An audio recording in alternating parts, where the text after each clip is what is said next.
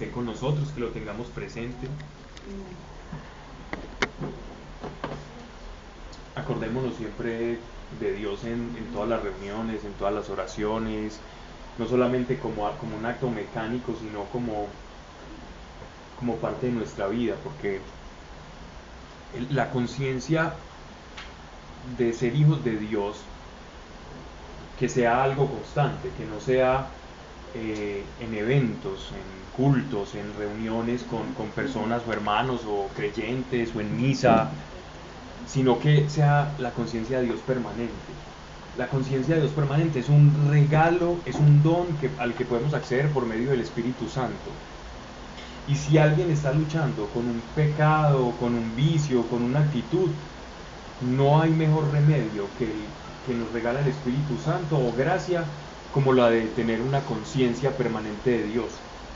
Y esa conciencia permanente de Dios se transforma en lo que las Escrituras llaman el temor de Dios, que no es ni mucho menos miedo, sino esa sujeción de aquí estoy con el Señor. Y de esa forma la oración se me va a hacer cada vez más natural, se me va a dar de una manera completamente natural, no fingida, no forzada, sino que voy a estar casi que en una oración constante. Y lo que el Señor quiere de nosotros es que nuestra vida misma sea una oración, porque la oración en últimas es comunión, y la comunión a veces no necesita mediación de palabras. Sandra.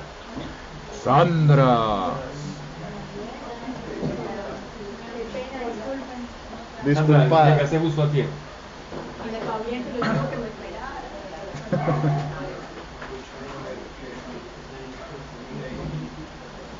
Y esta comunión es lo que nosotros estamos buscando. Las oraciones intermitentes o el hecho de que para nosotros sea difícil orar es un síntoma de falta de conciencia de Dios. Cuando yo tengo que hacer un esfuerzo natural o por medio de la voluntad para orar, es el resultado o es la consecuencia de no tener una relación, una comunión natural con Dios.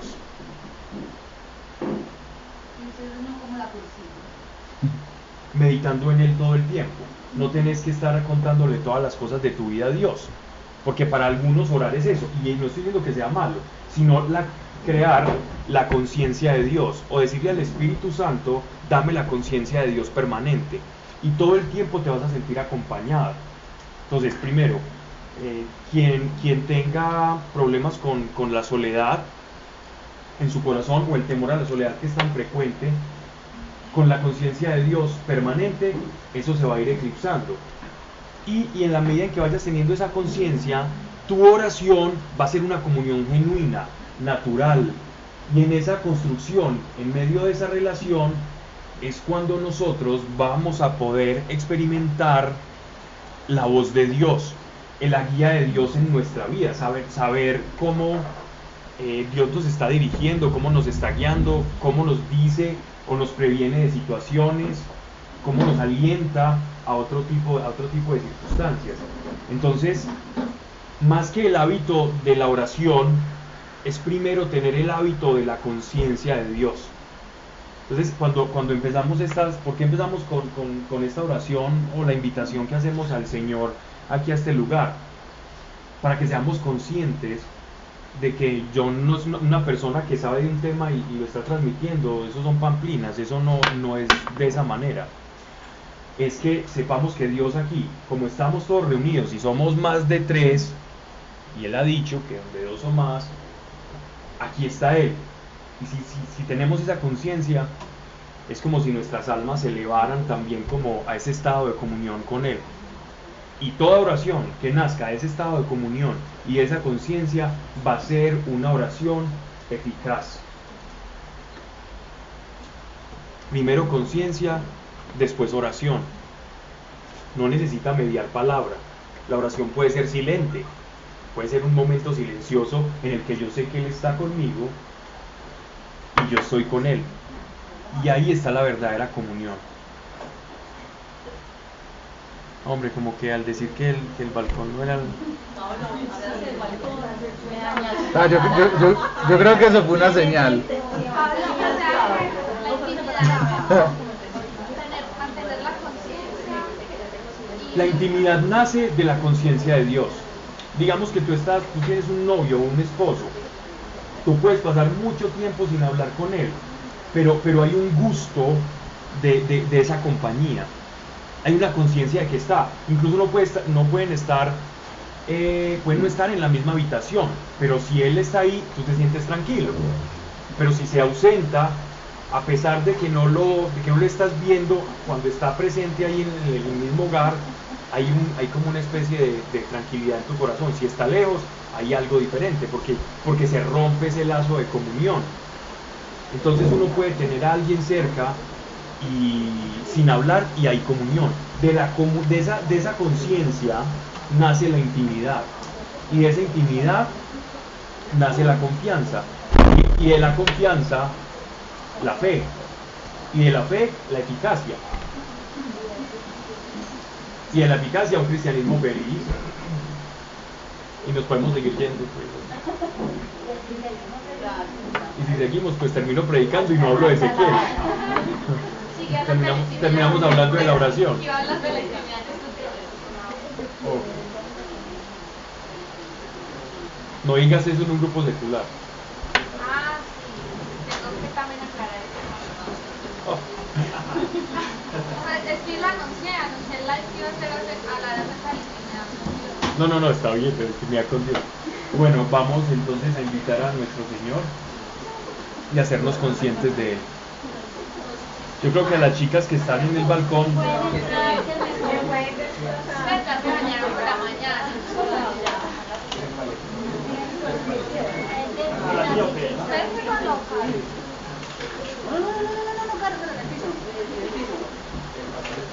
Vamos saludando a Gloria, a los de Armenia, a México, a Bogotá. No importa, no importa.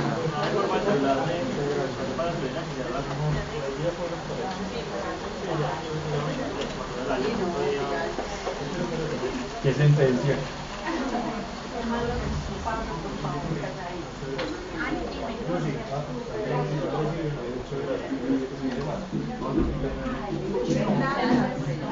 Uy. Estamos ya con el corazón dispuesto. Estamos conscientes de quién está con nosotros al estar reunidos.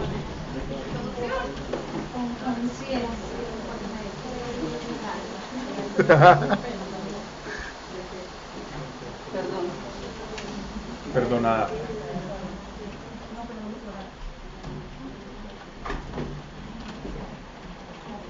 Padre, gracias por cada persona aquí. Gracias por cada uno, Señor, personas tan valiosas. Y el valor lo has dado tú y lo has sentenciado tú. Con tu sangre nos has mostrado cuánto valemos para ti. Tu propia sangre, tu propia vida es el precio. Para que nosotros no pensemos mal sobre nosotros mismos, ni nos juzguemos unos a otros, Padre, porque cada uno es valioso. Y si levantamos juicio contra alguno, Señor, aquí entre nosotros, contra ti lo estamos haciendo, porque pesa tu sangre sobre cada uno de nosotros. Padre, gracias porque estás en medio, aquí con nosotros, dispuesto a que la revelación y a que la palabra penetre hasta lo más profundo del corazón y produzca obras en cada uno. Que no se diga aquí ninguna palabra que no esté de acuerdo a tu voluntad, no nos interesa. Mas si es para edificar y si es para que tengamos una vida conforme tú la has creado, tu voluntad y propósito permanezca en nuestro corazón y se transforme en obras. Eres bienvenido, eres el invitado especial, eres nuestro norte, eres nuestra luz. Y a ti acudimos y en ti esperamos, Señor, en ti confiamos. y que así sea siempre en el nombre de Jesucristo. Amén. Les voy a pedir antes que hagamos una oración. Una persona que me acaba de llamar, que van a ingresar a una sala de operaciones a un niño que parece le detectaron un cáncer en el estómago y le van a hacer una remoción, una extracción. No alcancé a escuchar bien el problema, solo la palabra cáncer y estómago y niño. Entonces, para ponerlo en las manos del Señor. Padre, gracias por la vida de Juan Pablo. Maldecimos de raíz todo cáncer, toda célula cancerígena, toda célula con un código genético averiado que se quiera reproducir anómalo. En el nombre de Jesucristo de Nazaret se pudre y se seca todo cáncer. Yo te doy gracias porque bendices a aquellos instrumentos en esta tierra para que por medio de la gracia, de la sabiduría y del poder sobrenatural de la resurrección, este niño sea un testimonio vivo de tu poder, en el nombre de Jesucristo de Nazaret. Amén. Bien, habíamos visto el libro de los Proverbios porque habían llegado muchas personas nuevas, ¿cierto? Pero ya veníamos digámoslo así, como adelantando el libro del profeta Ezequiel. La última charla de Ezequiel, no recuerdo hace cuándo fue, pero habíamos terminado, eso fue como a principio de año, en enero fue la última charla de Ezequiel. Más o menos. Habíamos quedado en el capítulo 29. Recapitulación muy caricaturesca y abuelo de pájaro, para quienes llegan por primera vez a este profeta. Dime. En el 30 y- sí. En el 33, 33:10, 33:9. No, Manuela, muy mal. Ella era la monitora. Ahí fue mal. Yo soy la monitora y no, también Sari fue. Esa es su caso. Bien.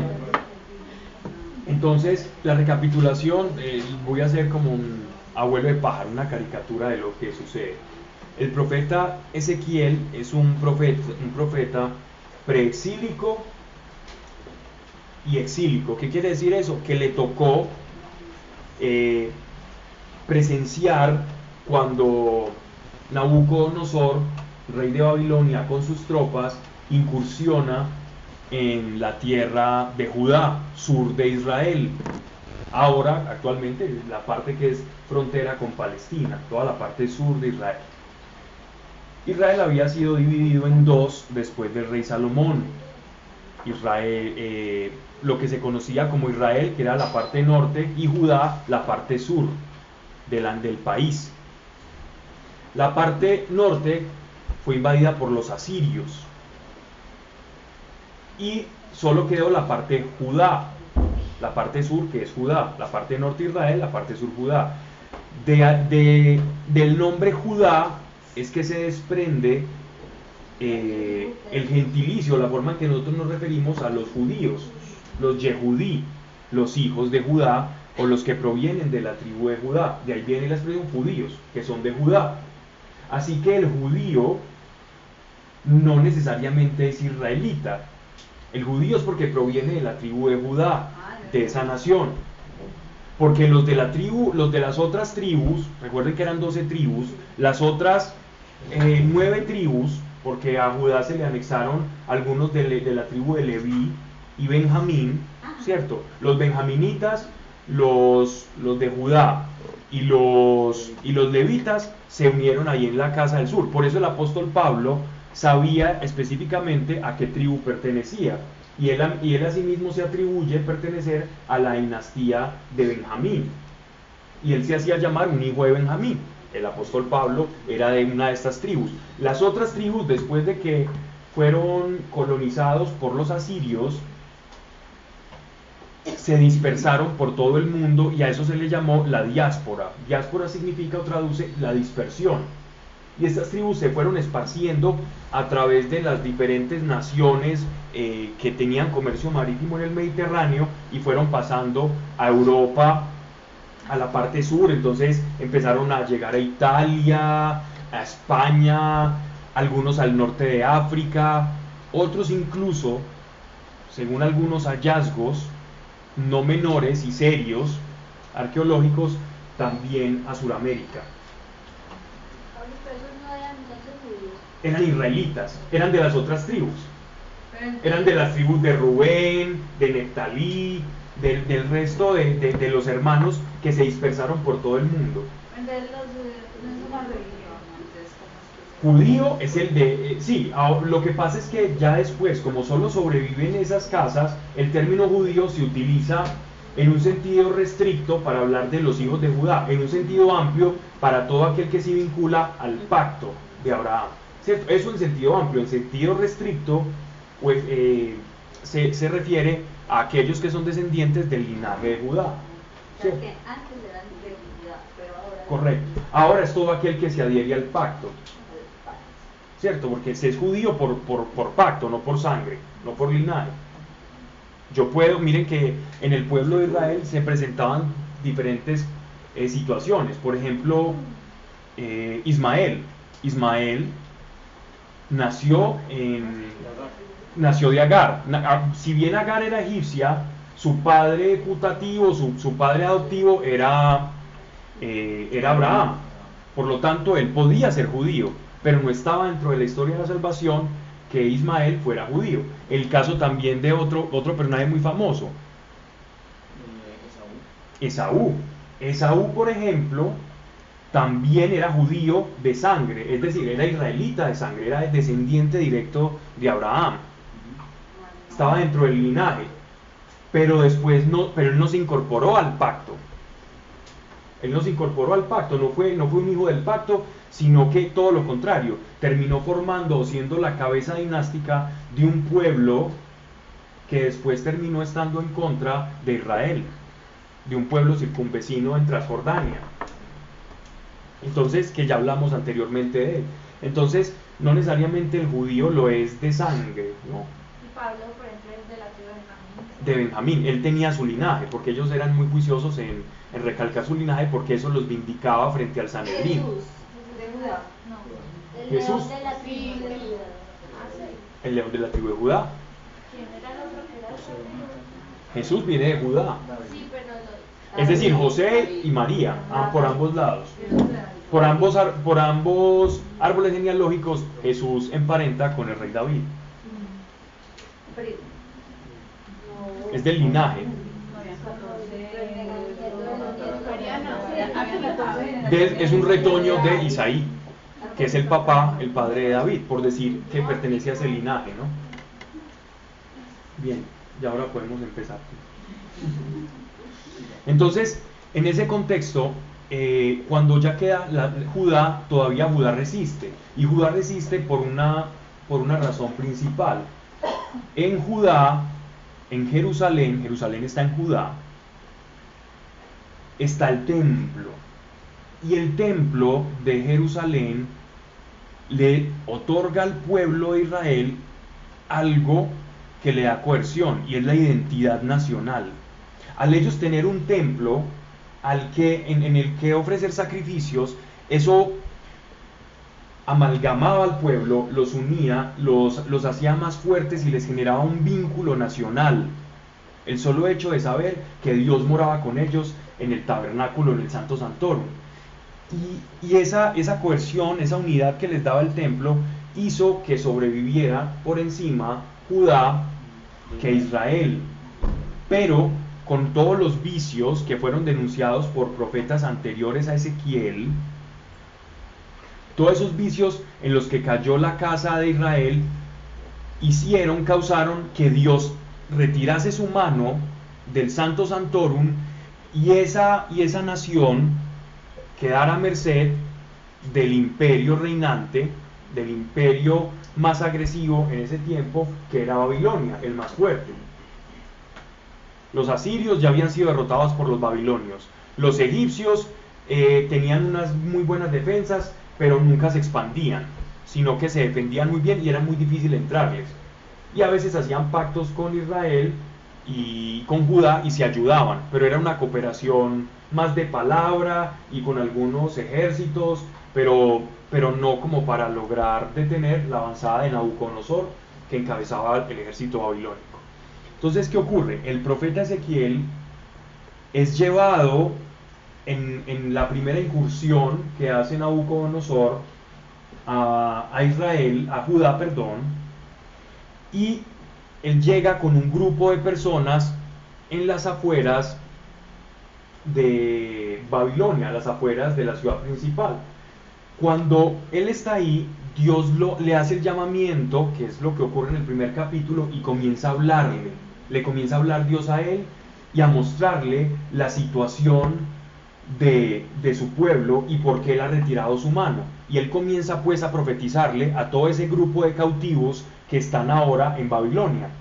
Sin embargo, en el entretanto, en Judá hay un grupo de sacerdotes y de gobernantes que de manera descarada comienzan a buscar el apoyo en las deidades egipcias y en estratagemas políticas para salvarse de la destrucción de su ciudad y del bastión que es Jerusalén. Jerusalén es una ciudad amurallada y ellos habían resistido el primer embate de Nabucodonosor. Entonces estaban confiados en esas alianzas, mientras que Dios le estaba revelando a Ezequiel, a muchos kilómetros de distancia, a 3 meses de camino, le está diciendo: el pueblo va a perecer, el pueblo mío va a perecer, porque me abandonaron, porque no me escucharon, no atendieron, y todo lo que les ocurra es por consecuencia de sus actos. Y en los capítulos 18, 19, 20 hablaban de todas las cosas que ellos hacían. Empezaron a meter imágenes de reptiles y de todos los dioses del panteón egipcio al templo al templo de Dios. Empezaron a ofrecer sacrificios a dioses falsos. Empezaron a hacer hogueras y unas especies de cultos a la naturaleza y a Astarte, que era la diosa de la fertilidad. También hacían cultos ofreciendo a los niños pequeños a un dios llamado Mamón, un dios astado. Y empezaron como a buscar refugio porque sentían que de pronto Dios no les estaba ayudando lo suficiente. Y entonces Ezequiel les está profetizando al otro lado, ahí entre el Tigris y el Éufrates, a este tipo de personas, a estos sobrevivientes, pero que están cautivos, que están en un cautiverio. En medio de todo eso habla de cómo se va a destruir la ciudad de Tiro y la ciudad de Sidón. Tiro y Sidón eran las capitales de los fenicios, aquella ciudad portuaria muy mentada en los historiadores griegos, los romanos, porque gracias a ese comercio que ellos tuvieron con el mundo, lograron incluso fundar hasta imperios, y en la famosa ciudad de Cartago, ¿cierto? Entonces, Dios habla de la caída de sus 2 ciudades principales y cómo ni siquiera ellos se van a poder refugiar de Nabucodonosor. Habla de la caída de Israel y por qué cayó Israel. Habla de cómo los pueblos vecinos van a caer uno a uno. Y esas alianzas en las que estaban completamente seguros, creían ellos, los judíos, los de la tribu de Judá, con los egipcios, esa falsa seguridad va a ser rota por la espada, y el rey de Egipto lo único que va a hacer es poner un frente con un pequeño pelotón, y cuando ve cómo se viene como un enjambre de langostas el ejército de Babilonia, sale corriendo, recula y deja solo a Israel. Y a Israel lo invaden y destruyen la ciudad de Jerusalén, y por ende su tesoro más preciado, el baluarte de la unidad nacional, que es el templo. Y en esa destrucción del templo, el judío pierde todas las esperanzas, porque si en el templo habita Dios y le destruyen la casita, entonces ¿qué será de nosotros? Dios nos abandonó por completo. No, la última vez fue en el año 70 después de Cristo, cuando Tito manda una comisión, un ejército, Esa fue la primera vez que lo destruyeron. y sitian a Jerusalén.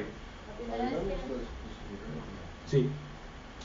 Pero hubo varias reformas, ¿cierto? Hay una primera reforma encabezada por Esdras y ahí es donde sale Nehemías, y hay otra reforma que hace Herodes el Grande, pero es una reforma pagana que hace del templo.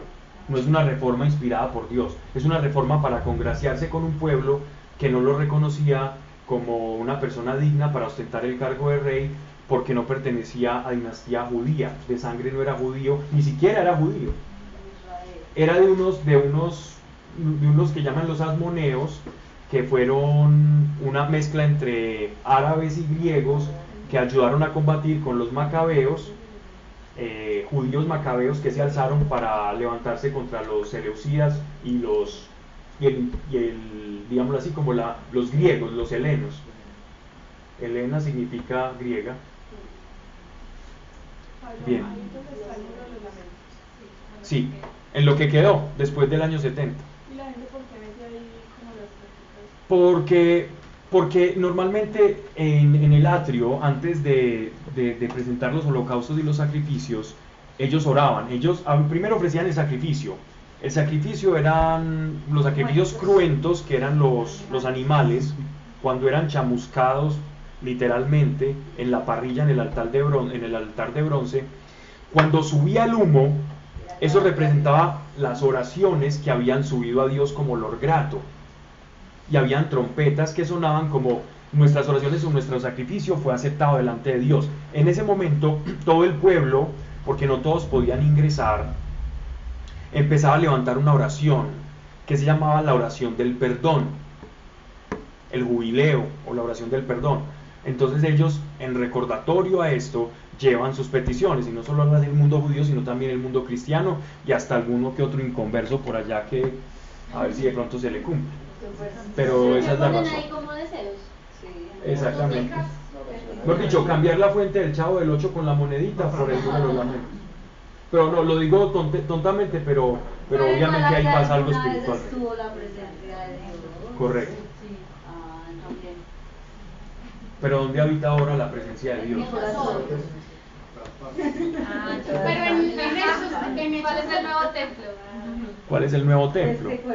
En Hechos dice, recuerda algo súper lindo, el apóstol, y dice que aunque Dios Altísimo no vive en templos hechos por la mano de los hombres, como dijo el profeta, el cielo es mi trono y la tierra es el estrado de mis pies. Correcto. Es decir, Dios es mucho más alto, pero a través del Espíritu Santo habita en cada uno de nosotros. Nosotros somos como por eso un templo. Por eso dice en 1 Corintios, dice, cuando el apóstol Pablo le está hablando a la iglesia de los Corintios, ustedes lo único que pueden ofrecer. Como ya no hay templo, ofrézcanse ustedes como un sacrificio vivo. Ofrézcanse ustedes, porque ustedes son un templo. En ustedes ustedes son un tabernáculo viviente, con un santo santorum, y hay personas que comienzan a asociar entonces el espíritu al santo santorum, la mente, en fin, empiezan como a jugar con eso.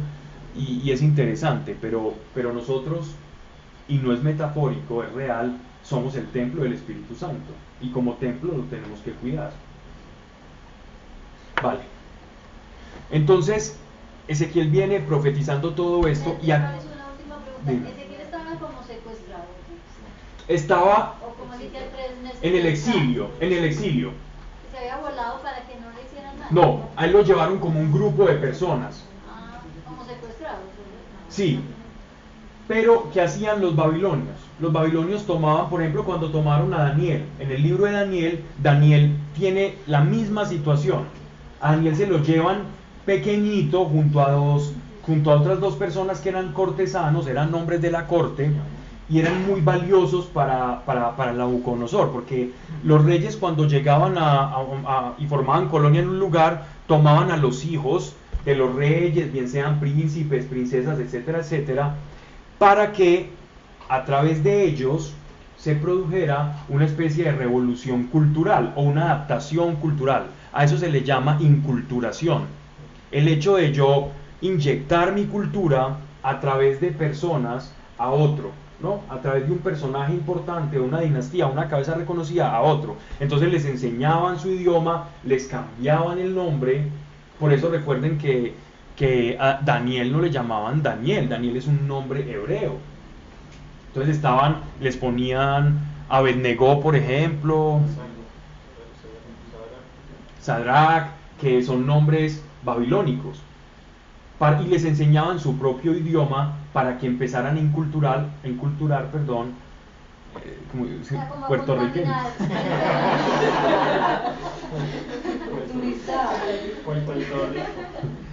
Entonces, al pueblo, ¿cierto? A los israelitas. Esa era como la función de estos personajes. Y hablaban dos idiomas. Entonces Daniel hablaba su hebreo, pero también hablaba el idioma asirio-babilónico. De ahí nace, de esa fusión idiomática, me estoy ya desviando mucho, pero de esa fusión idiomática nace el arameo, el idioma que hablaba nuestro Señor. Coloquialmente, nuestro Señor sabía griego, sabía hebreo y arameo, pues que era el idioma natal. Ese idioma fue una fusión del hebreo con el babilonio. Y hablaban también el griego koiné, que era el griego común, como decir ahora uno zapotear el inglés para hablar y poder entenderse con las personas de afuera. Ese era más o menos como el panorama de esa época. Entonces Ezequiel profetizaba de una manera muy llamativa. Por ejemplo, Dios le producía un mutismo, es decir, un silencio, y él no podía hablar, y la manera en que le tocaba profetizar a Ezequiel era a través de acción, como de parábolas en acción. Entonces le decía que hiciera una especie de maqueta de plano de la ciudad santa en un ladrillo de argamasa. Estos son ladrillos, bloques grandes con los que se construían los templos y las murallas, y los sigurat de los babilonios. Sigurat son estas pirámides escalonadas que no terminan en punta, sino que son planas. Y en estos bloques él dibujaba el plano de Jerusalén y se acostaba.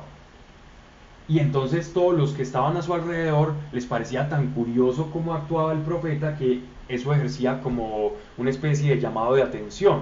Eso es muy pomposo. Vamos a ver qué es lo que está pasando, y empezaron a reconocerlo como profeta. Y a través de Ezequiel ellos se iban enterando de lo que iba a ocurrir en Babilonia y por qué iba a ocurrir. Entonces el profeta no solo hablaba del futuro, sino que también hablaba del pasado, el por qué, el castigo. Dios no necesita darnos explicación del por qué hace las cosas, pero aún a pesar de eso, Él dice que Él no hace algo. Él lo dice en la Escritura, en su revelación: yo no hago algo que va a generar tal afectación, sino antes se lo anuncio a mis siervos, a mis amigos, los profetas. En cumplimiento de su palabra, Él anuncia el por qué, el que hicieron ellos y el que va a ocurrir, y cuál es la consecuencia, y también cuál va a ser el bálsamo para que ellos puedan cambiar su destino. Dime. Ahora, por eso es que el profeta encarna el mensaje, vos habías dicho una vez. Sí. El profeta encarna El profeta en sí es un signo de contradicción. El profeta, el verdadero profeta, aquel mensaje que da, lo encarna, hasta en su modus vivendi, desde su atuendo. Y hablábamos, y para ejemplificar, era Juan Bautista. Juan Bautista hablaba de arrepentimiento. ¿Y cómo se vestía él? Como alguien indigno, como alguien que está poco, que se está guardando, que se está cuidando, que está comiendo solamente langostas silvestres, que se viste de piel de camello, que se deja crecer la barba, que está como esperando algo, que está en una, digámoslo así, como en un estilo de vida de ayuno. Pero cuando llega nuestro Señor no se viste como Juan Bautista. Su túnica y su atuendo era muy diferente al de Juan Bautista. Los apóstoles andaban de fiesta en fiesta, pero es decir, a ellos los invitaban que a las bodas de Canaán, que a tal parte, que a comer en la casa de la suegra de Pedro, y ellos se iban de casa en casa predicando, tanto así que eso produjo extrañeza en ese legalismo farisaico, y atacaban a nuestro Señor de convidar con los pecadores, con las prostitutas, y andar en las bacanales y en las fiestas. Y ahí es donde nuestro Señor aprovecha con su sabiduría y les dice: es que no lloran cuando tienen que llorar, y no ríen cuando tienen que reír. Si cuando a ellos les sea quitado el novio, ellos llorarán, a ellos les dolerá. Y eso les pasó con la crucifixión y la pasión. Ellos lloraron porque no estaba la presencia de nuestro Señor. Pero si tienen al novio al lado, al Dios viviente, al Logos de Dios, al Verbo encarnado habitando con ellos, ¿para qué se van a vestir de piel de camello? Eso es como para celebrar. Uno llora cuando la persona no está, pero cuando está, ¿para qué vas a llorar? ¿Por qué no disfrutar de su presencia? Y eso era más o menos lo que él les quería transmitir. Y a veces nosotros vamos llorando al cielo, o dándonos látigo y al cielo, por decirlo de alguna manera. ¿Alguien quiere decir algo al respecto? Porque estoy haciendo una caricatura de Ezequiel. Pues. No, lo que tú decías de ya no los llamo siervos sino amigos, es porque, como tú dices, que Dios revela los planes a sus amigos, los profetas. Sí. Pero al tiempo de hoy, nosotros encarnar como, yo creo que, pues, no sé si decirlo así, como un ministerio profético para que nos revele los planes, como al Mira, día de hoy para que Dios nos revele los planes. Te lo voy a resumir en esto. Hay profecía específica, pero no nos vamos a ese detalle. Cuando Él dice mandamiento nuevo os doy, cuando Él nos dice esto a nosotros, su iglesia, ¿qué nos dice?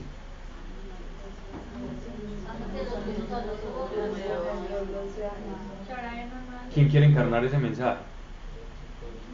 Ese es el mensaje que tenemos que encarnar. ¿Eso está en contradicción con el mundo o no? Sí, completamente. Correcto. El mundo le dice a usted, se la hicieron, vaya demande.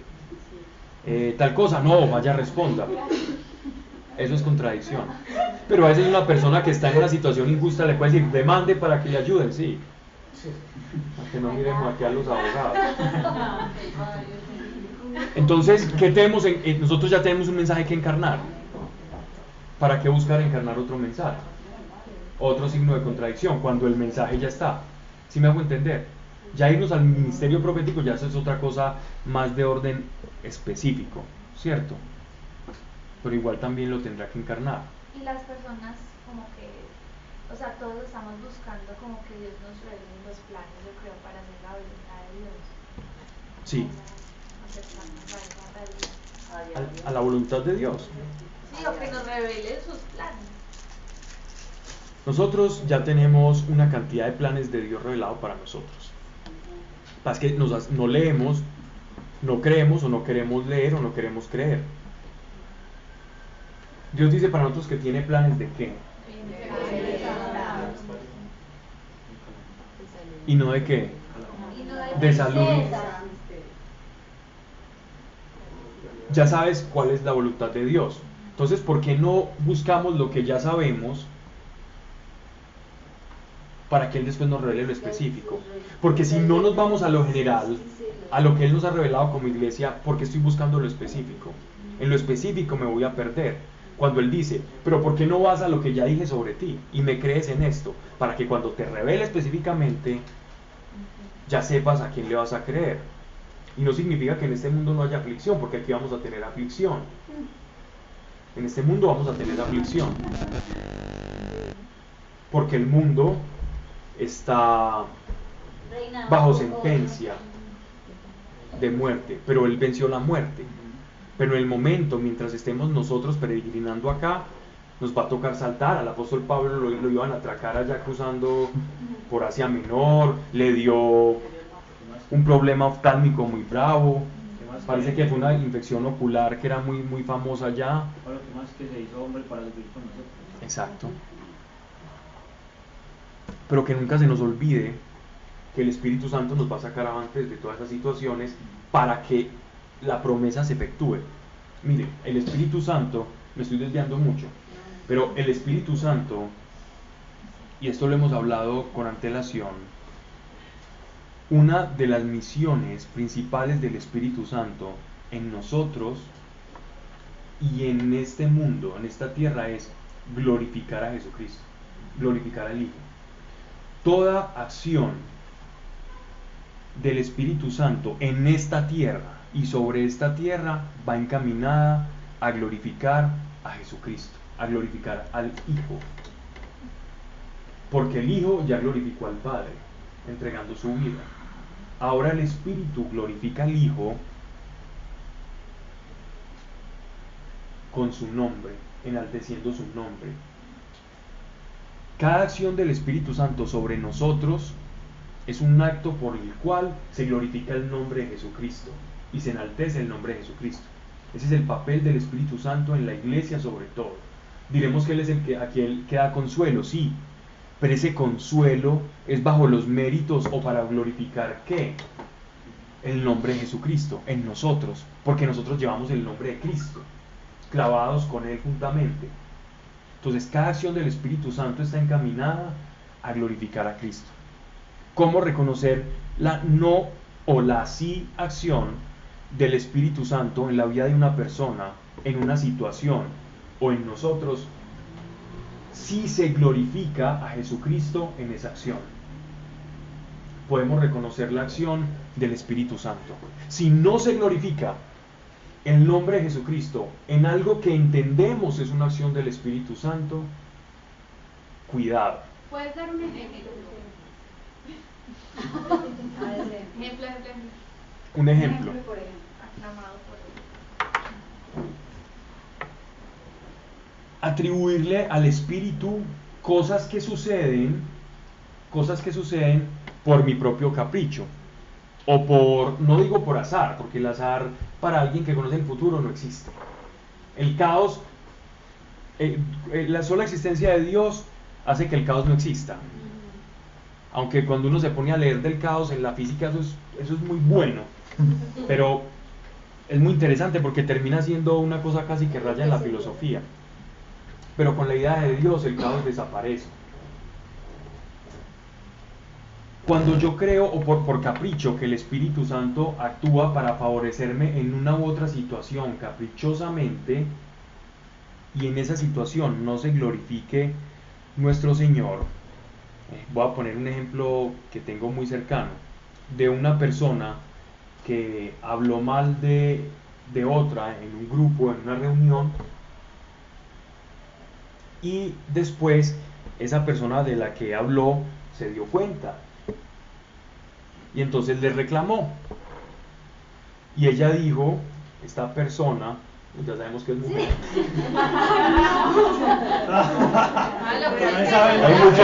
hay muchas mujeres.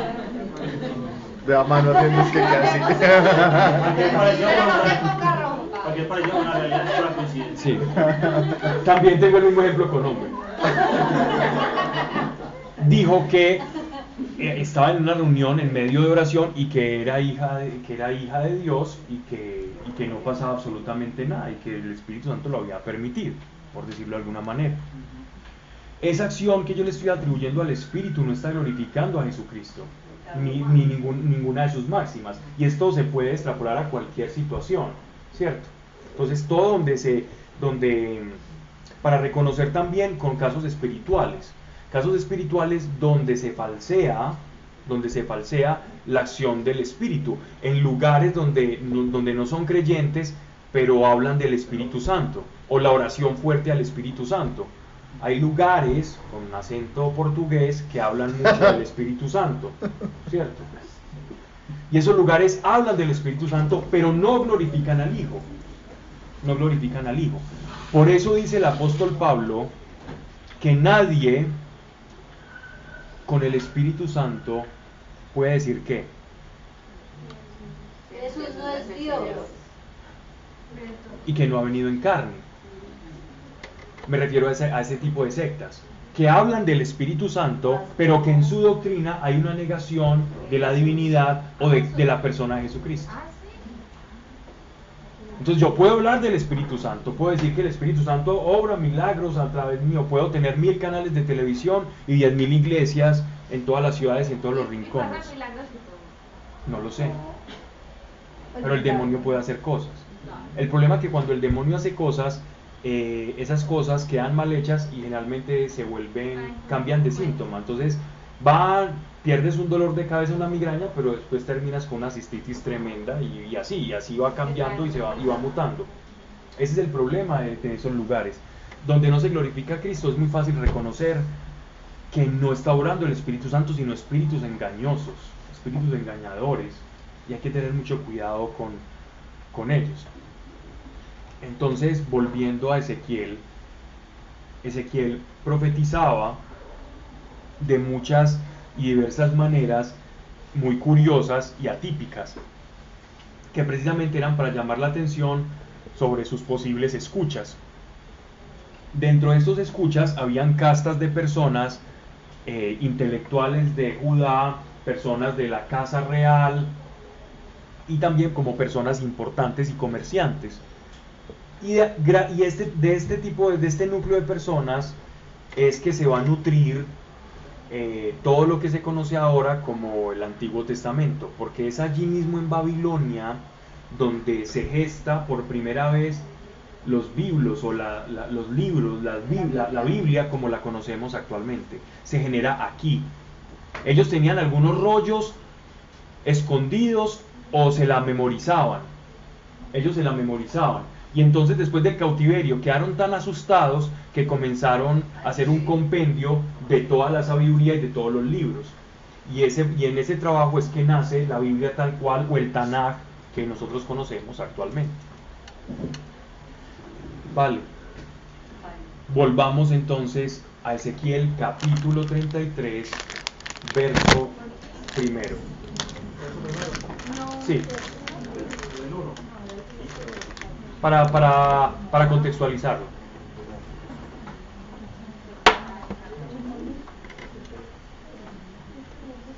Deberíamos de enseñar así mejor y no nos demoramos tanto. Fueme dirigida la palabra de Dios diciendo: Hijo de hombre, habla a los hijos de tu pueblo y diles: si hiciera yo venir la espada sobre una tierra, y la gente de la tierra toma un hombre de su territorio y lo pone de atalaya, entiéndase atalaya como vigía, como centinela o como torre, alguien que mira y avisa: ¡hey, ahí vienen!, ¿no?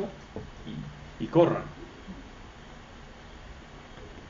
Si el que oye el sonido de la bocina no se apercibe, y llegando la espada le hiere, su sangre será sobre su cabeza. Es decir, está refiriéndose específicamente sobre el propio profeta. Esta palabra se la está diciendo Dios a Ezequiel sobre él mismo. Es decir, mucho cuidado, porque usted tiene que dar el mensaje tan claro como lo escucha para que el pueblo se apercibe. Si usted da su mensaje y algunos se aperciben, usted quedará exento de culpa, ¿cierto? Porque está dando bien el mensaje.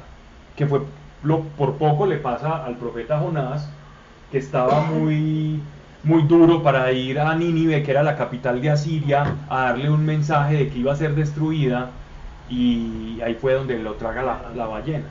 Que por ahí salió una noticia de un buzo que lo tragó una ballena hace poco. ¿La viste? No, pues mira que se le atravesó ahí en la bocanada del plan. Sí. Digamos que no hizo la de Gepetto, pues, pero sí, la regurgitó ahí. Vamos.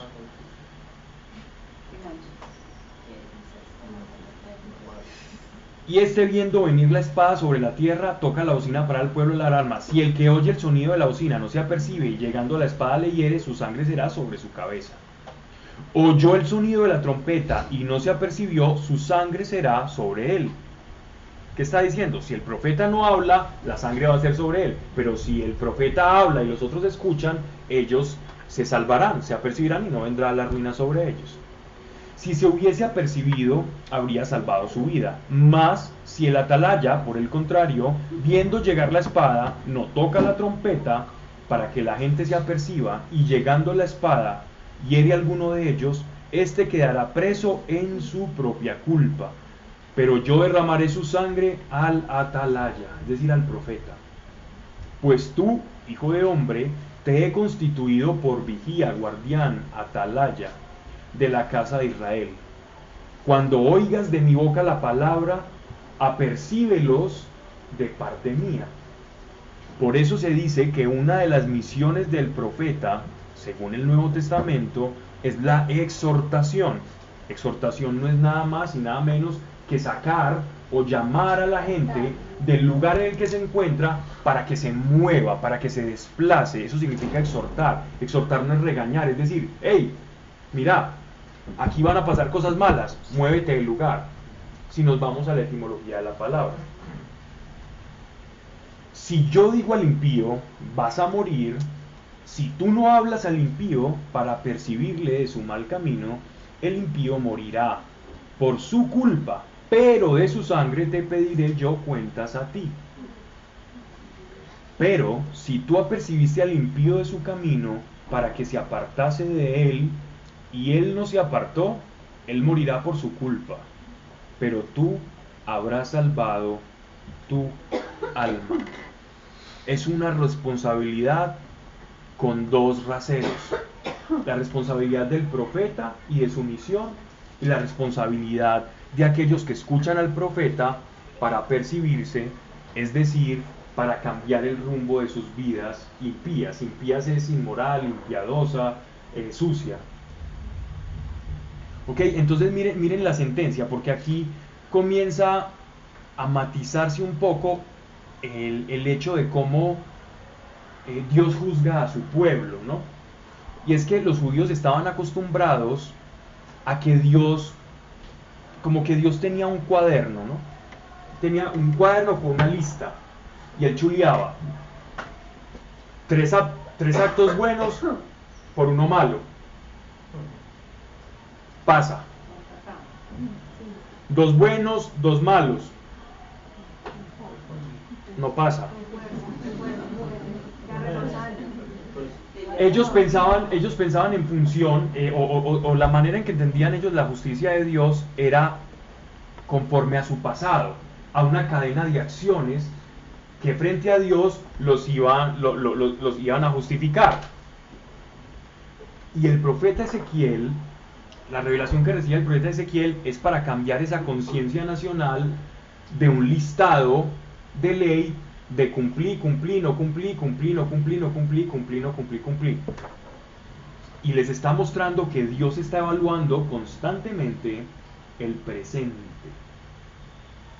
Dios está evaluando el presente. Dios juzga sobre tu presente. No estoy diciendo que el pasado no tiene consecuencias, sí. Pero es que el arrepentimiento, ¿cuándo o en qué momento se puede dar? En el momento presente. Exactamente. Uno no puede decir, ay, me voy a arrepentir de lo que hice antes. No, de lo que yo soy ahora respecto de lo que todo eso me hizo ser. Entonces el arrepentimiento se da en un acto presente. Y lo que estoy diciendo es extremadamente lógico, pero no nos detenemos muchas veces a meditar en ello.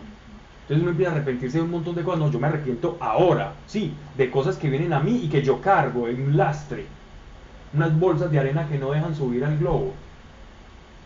Pero es en el momento presente, y Dios les va a hablar sobre eso, sobre que Dios es un Dios del presente. Y para hacerlo introduce la justicia personal. ¿Qué es esa justicia personal? Que cada uno es medido no en virtud de pertenecer a determinado grupo que ha hecho buenas o malas acciones, sino que el juicio es individual.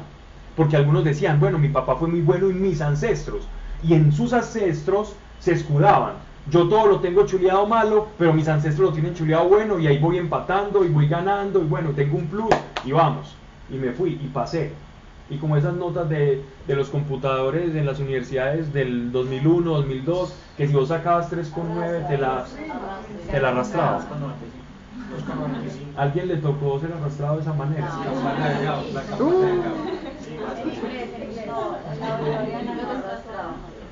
Yo viví más arrastrado que cobija de párvulo. Allá se arrastraba acá, me arrastró allá. Pero ellos sí sufrían las consecuencias del pasado. Dime. Pues que ellos sí sufrían las consecuencias que había. No estamos hablando de consecuencias, estamos hablando de perdón. Pues o sea, Dios los perdonó, pero igual ellos, digamos, sufrían. Sí, claro, las consecuencias las vamos a tener siempre. Yo dije una mentira que me metió en una trifulca terrible, y estoy embalado. Entonces yo dije que me gané el baloto y fui, presté y compré, y después quedé todo endeudado. Dios perdóneme por la tontería, pero Pero Y Dios te puede ellos perdonar, cómo- pero al otro día vas a tener a los bancos encima. Pablo, pero ellos cómo veían entonces el perdón. Ellos todo como que lo evaluaban, era Ellos- si les iban bien. si Ellos les lo veían iban como bien. cumplí la ley o no la cumplí. Pasé por número de oportunidades en las que logré cumplir la ley y las que no. Entonces, como un checklist. Ellos lo vean como un checklist. Estoy caricaturizando el pueblo de Israel. Esto es más profundo que eso, pero es para hacernos entender un poco. Entendían la salvación cuantitativamente. Esa es la palabra, eso resume todo lo que he dicho. Qué bonito.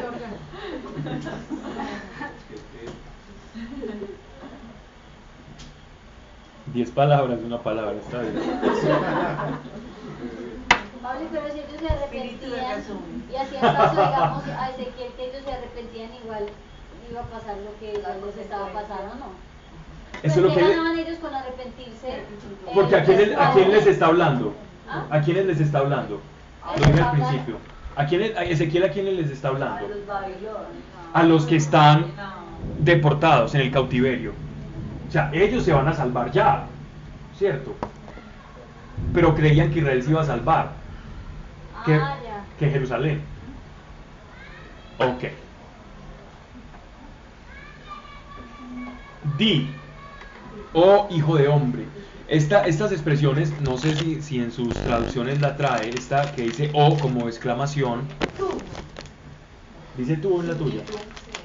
En alguna dice como exclamativo, no. En alguna traducción que estén leyendo, que estén siguiendo.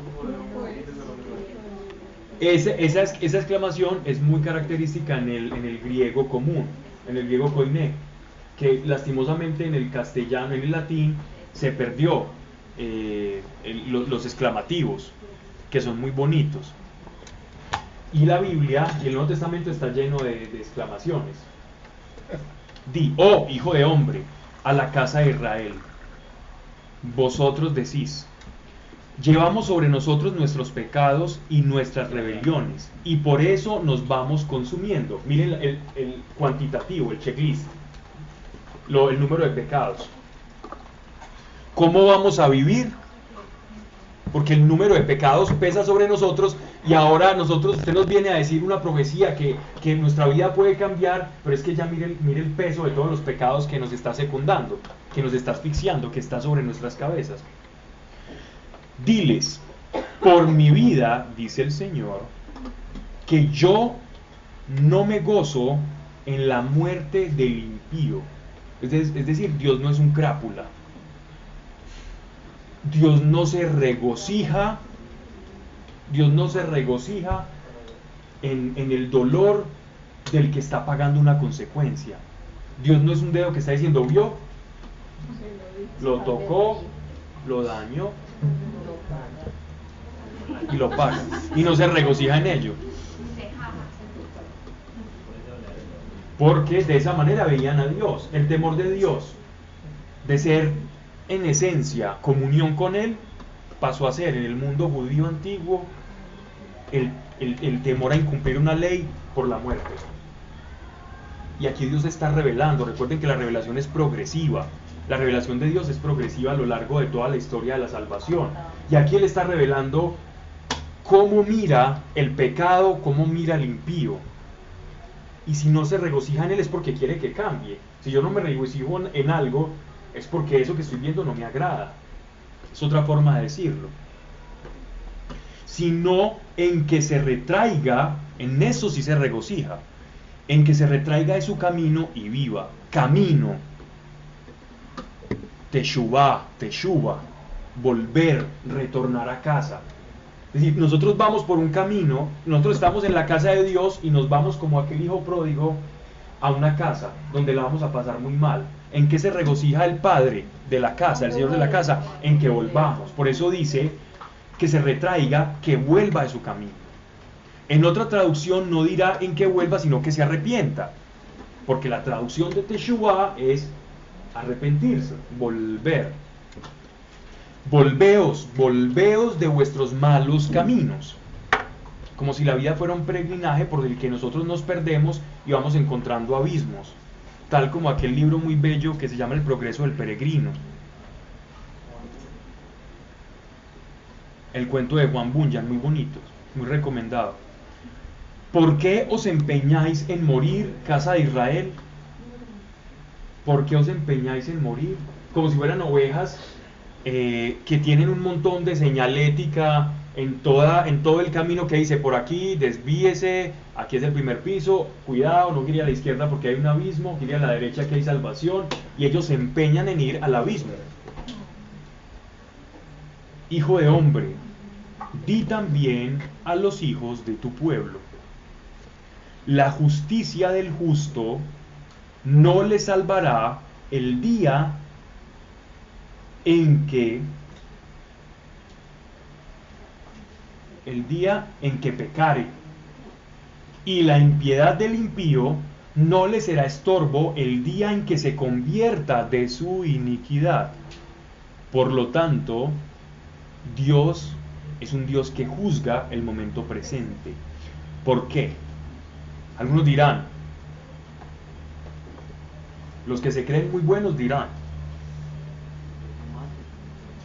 es que eso es injusto. Y los que se creen muy malos dirán,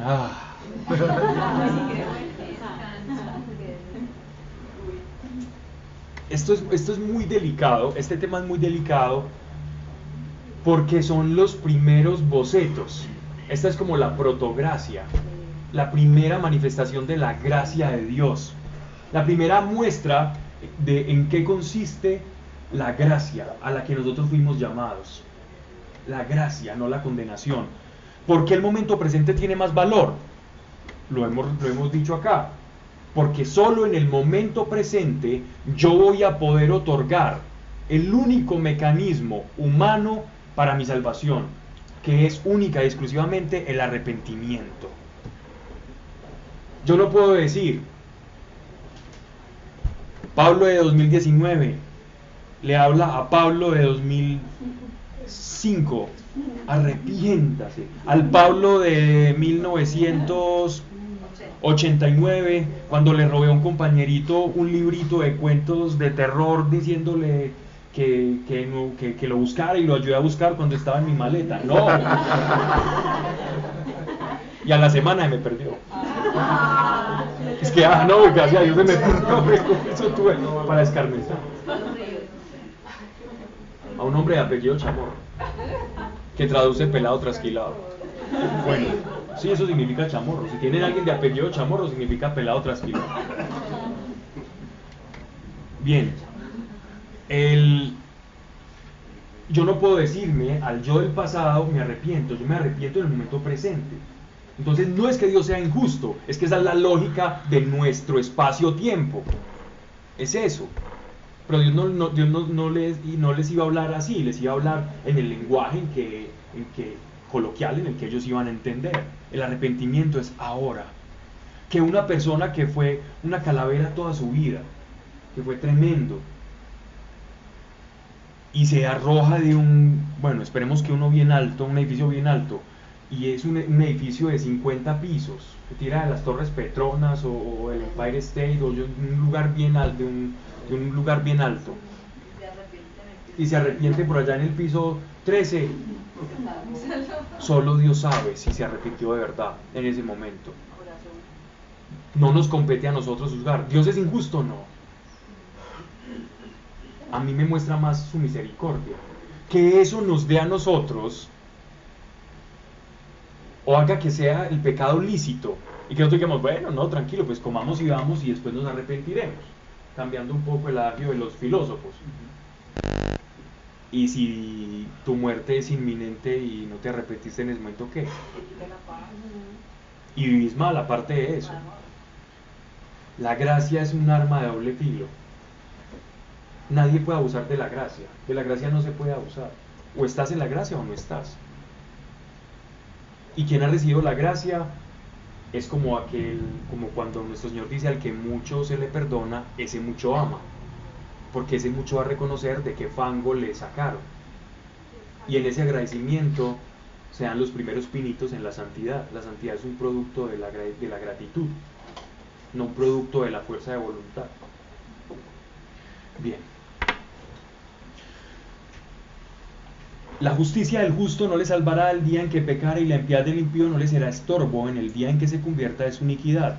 Como no vivirá el justo por su justicia el día en que pecare. Diciendo yo al justo, de cierto vivirás. De cierto vivirás. ¿Quién es justo en el contexto de Mateo? El que procura la voluntad de Dios. Si él, fijado en su justicia, comete maldad, ¿fijado en dónde? ¿Qué significa fijar? Confiado. Confiado, anclado, cimentado. Es decir, que mi seguridad esté en mi propia justicia. Miren pues el juego de palabras tan importante. Cuando yo estoy confiado en, es que eso a mí no me pasa, eso a mí no me toca, no, es que yo ya pasé por eso, no, es que esos pecados, eso es de la gente de antes, no, uno ya la tentación viene en formas más sutiles, y se empieza usted a creer ese cuento. Mucho cuidado, que el que crea que esté firme, ese es el que más debe cuidarse. Si el fijado en su justicia comete maldad, no serán traídas a la memoria todas sus justicias. El checklist aplica para las X y para los chulitos. Sino que por la iniquidad que cometió, morirá. Y diciendo yo al impío, de cierto morirás, si él se convierte de su pecado e hiciere juicio y justicia, si devolviere la prenda, restituyere lo robado y caminare por los mandatos de la vida, no haciendo iniquidad, ciertamente vivirá, no morirá. Esa era la predicación de Juan Bautista. No se recordará ninguno, y este no en mayúscula, no se recordará ninguno de los pecados que cometió. ¿Quién está diciendo esto? ¿El profeta o Dios? Dios. ¿A quién es más fácil creerle? Entonces creámosle cuando nos dice no se recordará ninguno de los pecados que cometió. Si Dios no los recuerda, si Dios dice que no los recuerda, 30:16. Si Dios dice que no los recuerda, ¿por qué nosotros nos empecinamos en hacerlo? Una vez hemos sido justificados, ¿por qué nos sentimos sucios de aquello que Él ya limpió? Una de ellas, la falta de perdón. 16. Otra, la culpa. Otra, la más importante, la fe.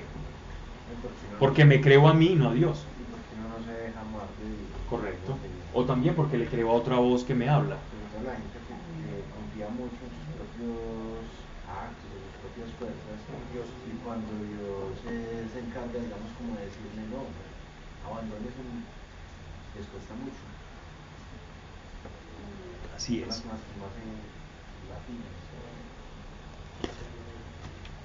Si Dios dijo que Él no lo recuerda, y yo estoy diciendo que quiero caminar conforme a la voluntad de Dios, Él ya nos ha dicho, yo no lo recuerdo.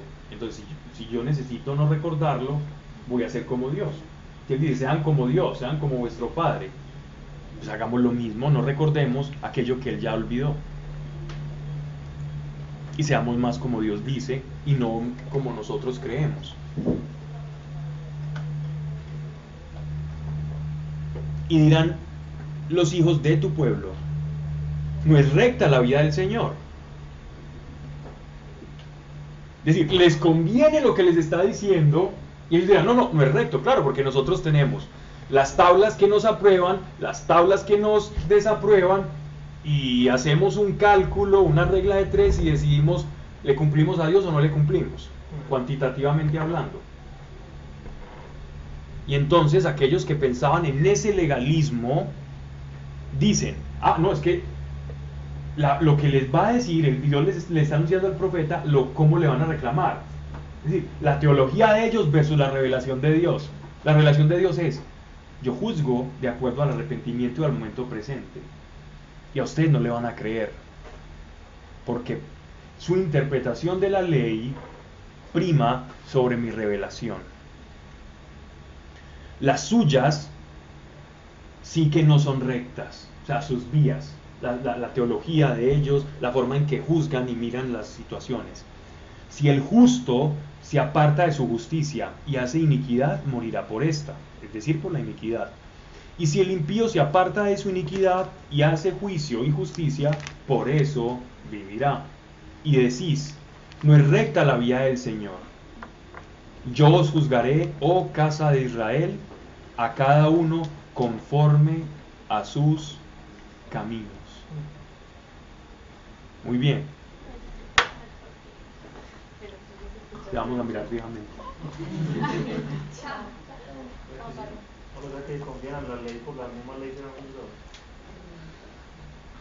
Eso lo diría el apóstol Pablo después. ¿En quién es mejor poner la confianza? En el que dio la ley. El año 12º de nuestro cautiverio, el mes 10º, estamos hablando en el mes de Tebet, esto es entre diciembre y enero más o menos, vino a mí un escapado de Jerusalén diciendo, la ciudad ha sido tomada. La tarde anterior, antes de que llegase el fugitivo, había sido sobre mí la mano de Dios que abrió mi boca a la llegada del fugitivo.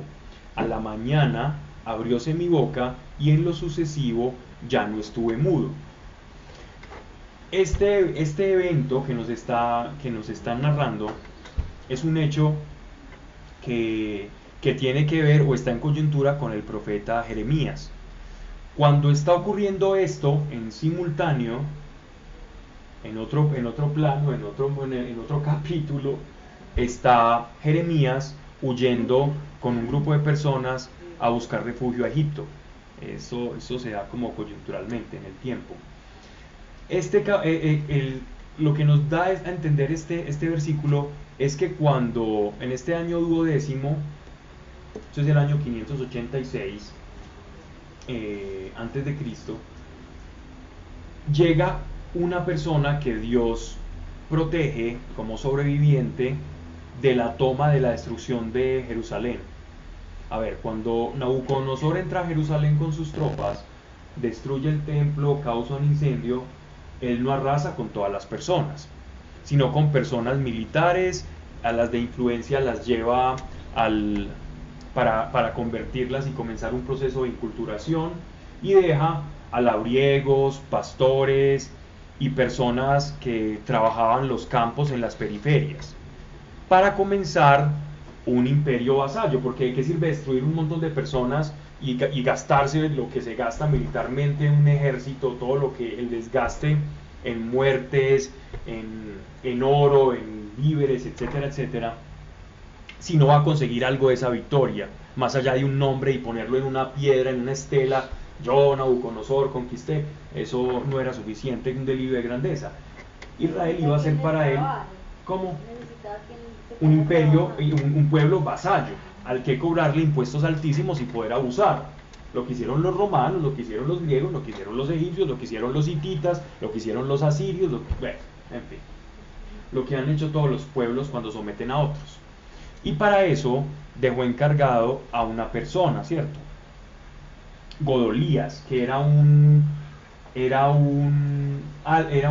persona que venía del linaje de la casa dinástica, y lo nombra como, digámoslo así, como el sucesor vasallo, que fue el que siguió a Jeconías, o en unas traducciones es el rey Joaquín, que fue el último de los reyes de esa dinastía. Después sigue uno que fue nombrado por Nabucodonosor, que lo mataron, pero de eso hablamos, yo creo que más adelante nos da pie para eso.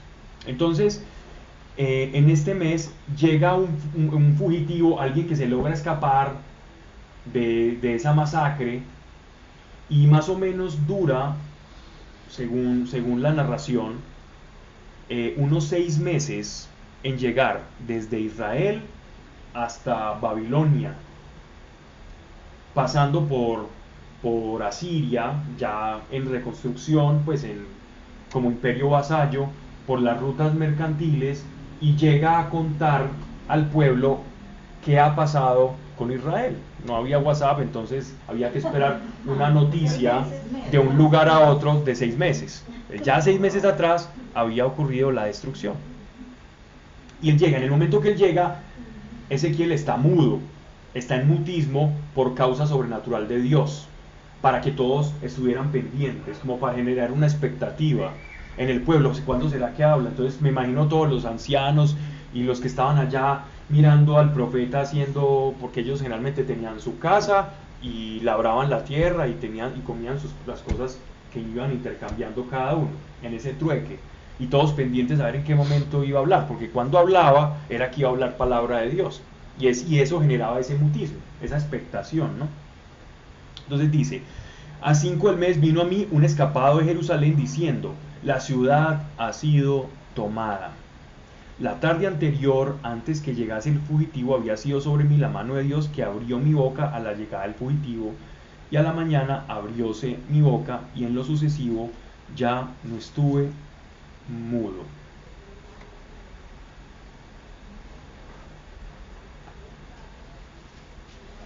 Es decir, el pueblo de Judá es en estos momentos un remanente. Es aquí donde se comienza a hablar, ustedes van a escuchar en las escrituras, de lo que es un remanente. Un remanente es una porción, es lo que queda, lo que rebosa. Ya la mayoría se quedó, los israelitas se dispersaron por todo el mundo, y un remanente del pueblo judío está en Babilonia, y otro poquito está disperso allá en Judá, labrando y consiguiendo fondos para otra vez erigirse como ciudad vasalla de Babilonia. Y me fue dirigida la palabra de Dios diciendo: hijo de hombre, los que en la tierra de Israel moran, en aquellas ruinas andan diciendo: Abraham era él solo y poseyó la tierra, pues nosotros somos muchos, poseeremos la tierra. Diles pues, así habla el Señor: vosotros banqueteáis por los montes, alzáis los ojos a vuestros ídolos, que era lo que les estaba hablando al principio, derramáis la sangre y vais a poseer la tierra. Derramáis la sangre son estos cultos de ofrecimiento de los niños menores para recibir beneficios. Vosotros os apoyáis sobre vuestras espadas, hacéis abominaciones, y cada cual contamina a la mujer de su prójimo. Es decir, no respetan los votos matrimoniales. Y vais a poseer la tierra. Es decir, ellos creían o confiaban que porque estaba el templo ahí, esa tierra era de ellos. No, esa tierra era de los hijos de Dios, del pueblo de Dios. Pero un pueblo que hace eso no es el pueblo de Dios. Diles, esto dice el Señor: por mi vida, que los que moran entre las ruinas perecerán a la espada, y los que están en campo abierto los daré en pasto a las fieras, y los que se esconden en las rocas y en las cuevas morirán de peste. Y desolaré la tierra hasta destruir su soberbia y su fortaleza, y los montes de Israel serán asolados, sin que haya quien por ellos pase, y sabrán que yo soy Dios cuando convierta la tierra en un desierto por todas las abominaciones que han cometido.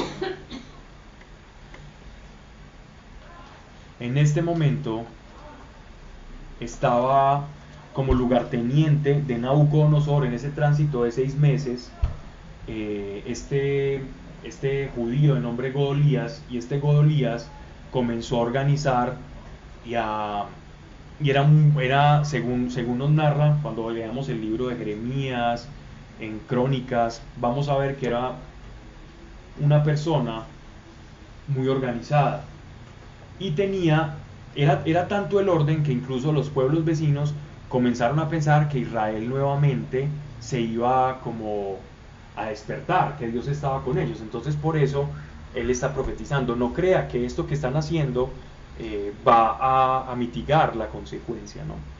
Y después llega el faraón de Egipto, manda un emisario, y empieza ahí un trama político que después hablaremos, donde muere. Y tú, hijo de hombre, mira que los hijos de tu pueblo se burlan de ti junto a las paredes y a las puertas de sus casas, del profeta. Y hablan los unos con los otros, cada uno a su prójimo, diciendo: Ea, vamos a oír qué palabra sale de Dios. Y vienen a ti como en las asambleas del pueblo, y se sientan delante de ti los de mi pueblo para escuchar tus palabras, pero luego no las ponen por obra. Y mientras halagan con su boca, se van con su corazón tras la avaricia. Eres para ellos como una canción de amor cantada, con hermosa voz y agradable instrumento. Oyen tus palabras, pero de ponerlas por obra, nada. Mas cuando ello viniere, y viene ya, sabrán que hubo entre ellos un profeta. ¿Qué sella a un profeta? El cumplimiento de la profecía, o las palabras, los hechos, todo lo que sea de facto. Porque las palabras algunos lo escuchaban o lo veían como alguien interesante, pero son los hechos los que vindican al profeta. Como decía Isaías también, este pueblo me honra con sus labios, pero el corazón está lejos de mí. Y lo mismo cuando nuestro Señor les pedía. Nuestro Señor nos pedía y nos decía: no miren mis palabras, miren lo que hago. No me juzguen por mis palabras a los fariseos, miren lo que hago. Cuando aquellos hombres, ¿se acuerdan? Que estaban en la casa y lo meten al paralítico y lo rompen, haciendo un orificio y lo rompen. Y nuestro Señor, sabiendo lo que había en el corazón de aquellos, que les dice: ¿qué es más difícil? Decirle a este hombre: tus pecados te son perdonados, o levántate y anda. Es exactamente lo mismo. Pues yo les digo: levántate y anda, y los pecados le quedan perdonados. Es que lo interesante de las palabras de ese pasaje es precisamente esto. Les demostró con hechos sus palabras. ¿Qué es más difícil decir? Usted puede decir cualquier cosa, pero cuando dice levántate y anda, y se levanta, les demuestra a ellos. Si fueron inteligentes, si tomaron ellos, o si tuvieron la revelación del Espíritu en ese momento y entendieron eso, era para arrepentirse y salir corriendo detrás de nuestro Señor, que hacía que un paralítico andase, mostrando que era un profeta, por lo menos para ellos.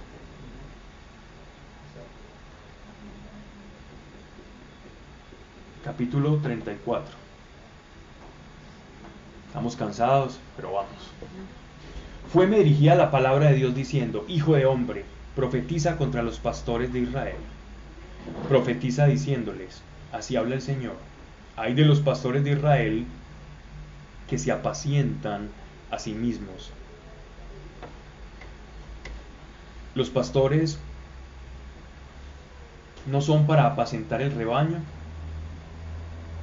pero vosotros coméis la leche, os vestís de su lana, matáis la cebada, no apacentáis a las ovejas, no confortasteis a las flacas, curasteis a las enfermas, no vendasteis a las heridas, no redujiste a las descarriadas, no buscasteis a las perdidas, sino que las dominabais con violencia y con dureza. Y así andan perdidas mis ovejas por falta de pastor. A la clase levítica, escribas que habían ahí en ese lugar escuchando, a ellos iba dirigida esta palabra. Los reyes también.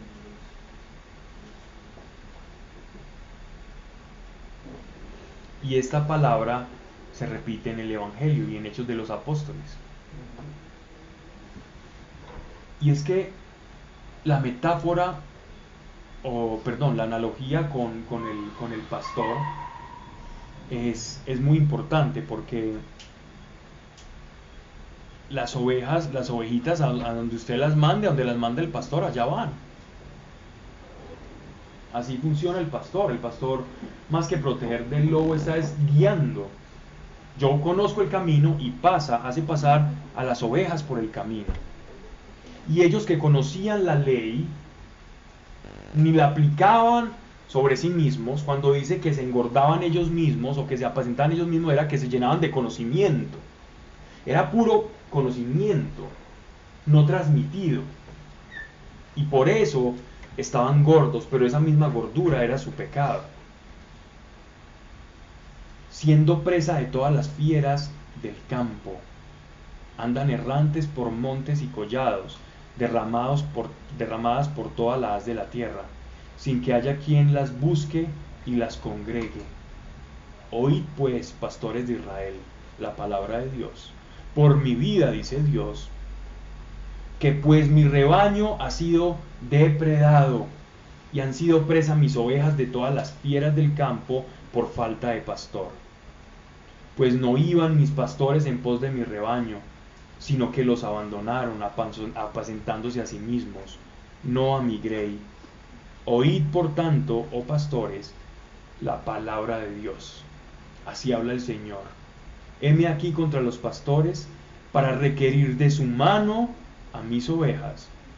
No les dejaré ya rebaño que apacienten, no serán más pastores que a sí mismos, los que a sí mismos se apacienten. Les arrancaré de su boca mis ovejas, no serán ya más pasto suyo. Pero esto está muy relacionado con la parábola del buen pastor que habla. Yo soy el buen pastor. Quiero que leamos Jeremías capítulo 23, versículos del 1 al 4, porque se da en esta misma coyuntura. El por qué Jeremías también le explica en medio, cuando está en tránsito a Egipto, él está profetizándole al pueblo que se quedó en Judá exactamente lo mismo. Miren que Dios nunca dejaba sin profeta a su pueblo, porque al no tener pastor, Dios está siendo el pastor de ellos, de ese remanente, está volviendo a tomar ese remanente, porque el resto de ovejas se dispersaron por el abismo. Dice, Jeremías del 1 al 4, dice, el Señor dice, 23, correcto. ¿Quién lo quiere leer, por favor? Ya para terminar. El Señor afirma: hay de los pastores que dejan que mis ovejas se pierdan y dispersen. El Señor es el Dios de Israel.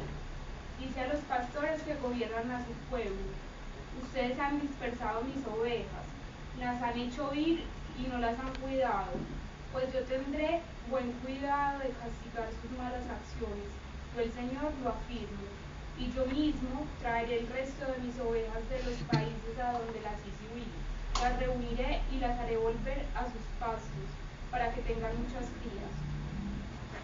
Las pondré pastores que las cuiden para que no tengan nada que temer, ni les falte ninguna de ellas. Yo el Señor lo afirmo. ¡Uah!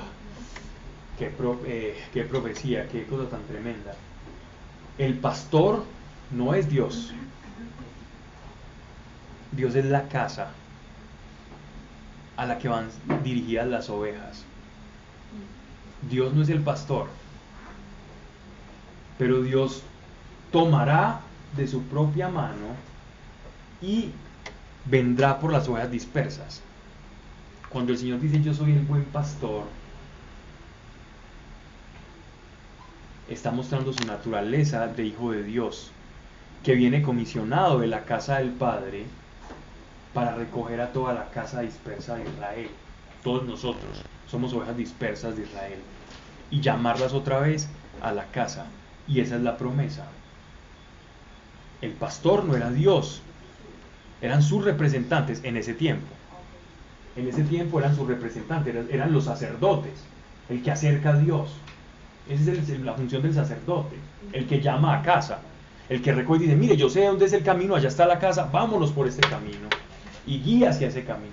Ese es el pastor, el que se encierra en conocimiento y no enseña, no transmite lo que aprendió. Es que el conocimiento no es saber cuántos reyes fueron de la casa de Israel, de Judá, en qué año ocurrió esto, en qué año. Eso no es conocimiento.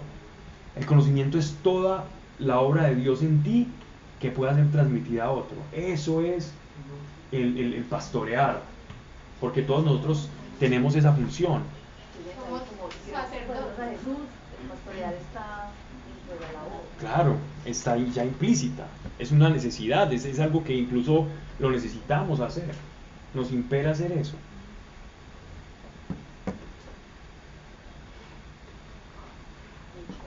Vamos a terminar acá, quedamos en el capítulo 34 y vamos a seguir un poco hablando de lo que es el pastor y toda esta analogía que hace nuestro Señor y cómo los judíos también ven esta profecía ya cumplida. Esto ya lo hemos hablado anteriormente, pero lo vamos a volver a decir, cómo ellos ven esta profecía cumplida y cumpliéndose cada vez más y con más celeridad, ¿cierto?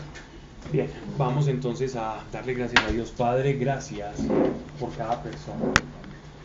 Gracias, Señor, porque sabemos que es tarde y en un día con muchas ocupaciones, pero que este momento sea un refrigerio para que por tu palabra